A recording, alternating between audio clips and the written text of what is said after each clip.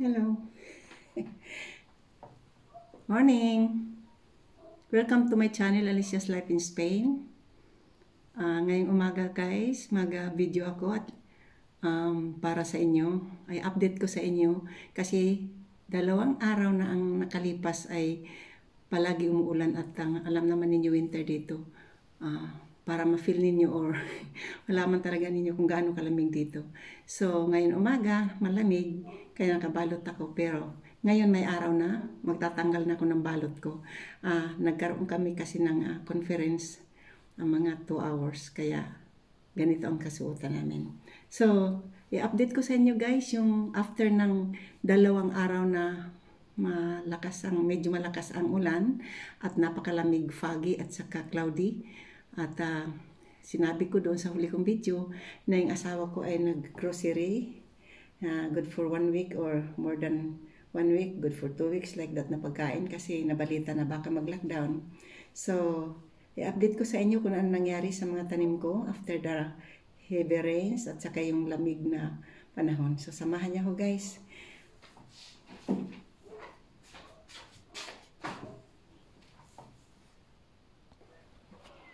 So ito guys, papakita ko sa inyo update.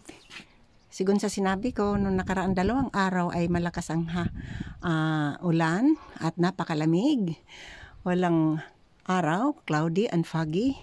So, pakita ko sa inyo ang mga tanim ko after the rain. Masasaya sila dahil nakatikim sila ng tubig ulan. Ang tubig ulan ay iba kaysa ordinaryong tubig natin. Magandang ulan. Alkaline water kasi yan sa mga tanim. So makikita ninyo kung gaano katataba sila. Pero may isa akong down na. Yung alocasia ko, hindi niya kinaya yung lamig. Ayan, namatay siya. Pero, okay lang. So itong jade ko nga sinasabi ko sa inyo, na mataba siya. May mga bulaklak na. At yan, uri na mga succulents ko. So, iyan ang sinasabi ko na kung bakit sila matataba ay puro ang gamit ko ay mga natural na pataba na galing sa kusina na tira-tira ko at hindi ako bumibili ng garden soil. So iyan ang bago kong mga lipat na tanim. Yan. Tingnan ninyo po, pagmasdan ninyo. At saka yung 2 kong milagrosong halaman kung bakit nagkaroon sila ng bulaklak, ganyan Samantalang ang kanilang mother ay ito, ganito. So ayan, mga bagong lipat ko. Binigay lang ito sa akin noon ng kaibigan ko, isang maliit lang na sanga. Pero sila ngayon ang dami-dami na. Yan. Imagine mo ito, napakalago. Mula sa puno, ang dami niyang sanga at saka mga dahon. Sabi nga ng isang comments na para daw siya ang repolyo. Yan ang bulaklak niya parang repolyo. Yan. Ito mga bagong tanim ko yan. Ayan. Tingnan ninyo guys. Ayan.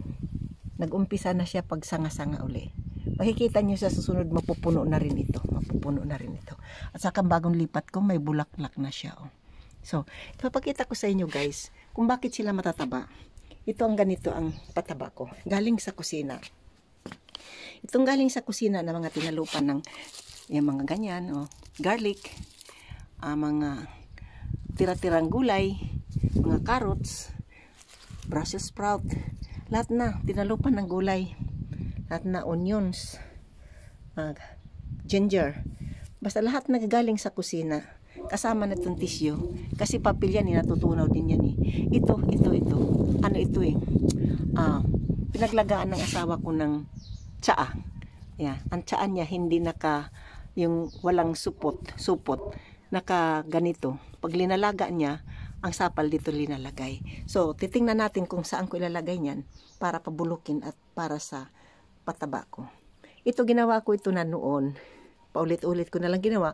Pero, mayroon pang hindi nakakapanood ng aking video kasi doon sa comments na malalaman mo na hindi pa nila napanood yung una kong video na gumawa ko ng pataba sa mga tanim ko. So, ito ay para sa hindi pa nakapanood ng una kong video, papakita ko sa inyo uli guys. So samahan nyo ako. Nadalhin natin to doon sa compost pit kung saan ko pinabubulok ito. At saka ipapakita ko rin sa inyo yung mga tanim ko sa baba. Ito, ay dito lang ito sa may balkonahe ko. Ito sila. Kikita nyo, ang sisigla nila, ang tataba nila. So, dito ko, dadaling ko kayo dito sa baba. Ngayon, maganda ang araw ngayon. Malamig pa rin kasi winter. Pero nagpakita na ang haring araw, kaya nakalabas na ako. So, itong tanim ko dito sa baba, ito ay mga bagong lipat ito, kaya nandito sila sa baba. Itong jade na ito, na-squeeze ito nung malakas ang hangin, kaya nandito siya. So, linipat ko lang yan. Ito ay mga sanga-sanga ito doon sa mother nila na yan. Ayan, mother na yan, napakaganda yan noon nung hindi pa siya nagkabali-bali ang kanyang mga sanga. Nung dumating kasi ang dalawang gabi na malakas ang hangin, kinabukasan, mga bali-bali na ang kanyang sanga, kaya hindi na siya proportion. Pero ganun pa man, maganda pa rin siya tingnan. So, ito ay mga bagong lipat, mga 2 weeks na ito. Pero makikita nyo guys, buhay na sila oh. Makikita mo naman sila nga sumisigla na buhay na. Yan. Mga bagong tanim yan dito sa lahat sa baba. Yan. Ang lupa ko na ginagamit, tingnan ninyo. Kung gaano kataba siya. Oh. Yan. Ayan oh. Mga pinabulok yan na mga tira-tirang mga tinalupan doon sa kusina. At hinaluan ko na mga damo, tuyo at hilaw na damo para mabulok. So, yan, papakita ko sa inyo guys kung saan ko dadalhin yun.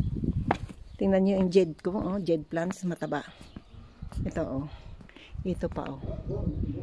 At ito, malaki ito noon, oh. So, tingnan natin kung saan ko ito dadalhin. Yan pala, ipapakita ko muna sa inyo yung may tubig ulan ako na inipon. Ayan, oh. Ang tubig ulan ay maganda para sa tanim. Ito guys, nandito ako sa likod ng bahay namin. Ito ang dalawa naming compost pit. Ito ay matagal na ito, ready to use na. Kung gusto mo, bubuksan mo lang ito dito. May pinaka pintuan. So ito ang bago. Ang mga luma ay nagamit ko na yun. Ang ginamit ko nga doon sa mga tanim ko, mga halaman ko matataba. Ito ay halo-halo ito lahat dito. Tingnan mo, tinakpang ko siya ng mga lumang o mga dahon na mga brown. Tapos haluan mo rin siya ng mga dahon na green. So, dito natin ilalagay. Tingnan natin. Yan. Kita ninyo kung ano yung mga yan, oh. Mga sibuyas. Yan, Brussels sprout, lahat ng mga gulay nandito. Yan. Pagtalupan ng talong, onions, garlic. Yan. So, hahaluin mo yan, tatakpan mo siya ng mga dahon na brown or dahon na green.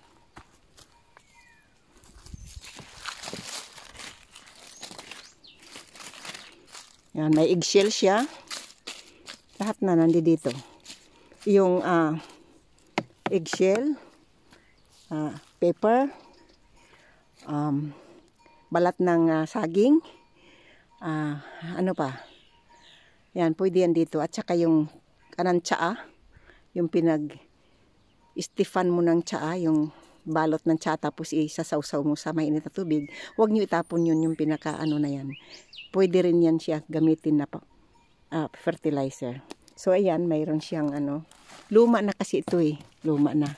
Hinahanap po nga ang takip nito So, tatakpan yan ng mga dahon, tapos diligan mo para madali mabulok. Napakagandang pataba yan. After a year, ito mayroon na kami dito. Pwede na rin ito. Pwede na. Yun ang ginagawa ko guys, ng mga pataba ko. Kaya ang mga tanim ko ay matataba. Hindi ako bumibili ng garden soil. Pwede kayo gumawa nito. Baka sabihin niyo wala naman kayong ganito. Pwede kayo kahit sa maliit na kwarto. Bumili lang kayo ng balde na may takip. Hindi siya mabaho. Basta huwag lang ninyo haluan ng luto. Puro lang hilaw. Tingnan mo yung amoy niya, mabango nga Yung nabubulok na mga sibuyas, na mga kung ano-ano dyan ng mga gulay, hindi siya mabaho. Tingnan, walang langaw Kasi hindi ko hinahaluan ng tira-tira namin pagkain. Yung mga luto na Halimbawa, sabaw ng isda, karne, mga buto, hindi, huwag mong ihalo. Mga tira-tirang kanin, huwag mong ihalo. Puro lang talaga sila hilaw. Mabubulok siya. At saka, i-maintain ninyo na babasain ninyo siya para madali siya mabulok. Kung gagawa naman kayo ng balde sa loob ng bahay, haluan ninyo ng mga newspaper or karton, yung natutunaw or nabubulok. At saka, huwag ninyo damihan ng tubig. Tama lang na basa siya hanggang siya na dagdagan ninyo ng dagdagan hanggang mabulok siya. Hindi siya mabaho. Pwede na kayo magkaroon ng fertilizer. Ay halo ninyo doon sa ordinaryong lupa. Kung kukunti lang ang nagawa ninyo, pwede ihalo sa ordinaryong lupa.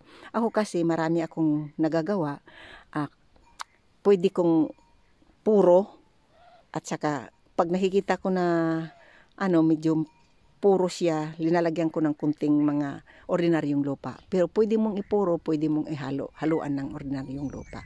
So yan guys, pakita ko sa inyo kung paano ako nagagawa ng pataba ng aking lupa. So thank you for watching. Yan update ko after the rain, after ng malakas na ulan at saka foggy at cloudy na kalangitan sa 2 araw na yon. Nakalabas ako at last. So, yan ang update ko sa mga tanim ko. Ito, kumusta ka? Dragon fruit. Okay rin siya. Oh. Okay rin siya dyan. So, yan guys. Thank you for watching. Don't forget to subscribe my channel. Alicia's Life in Spain. Ingat kayo dyan. Bye-bye.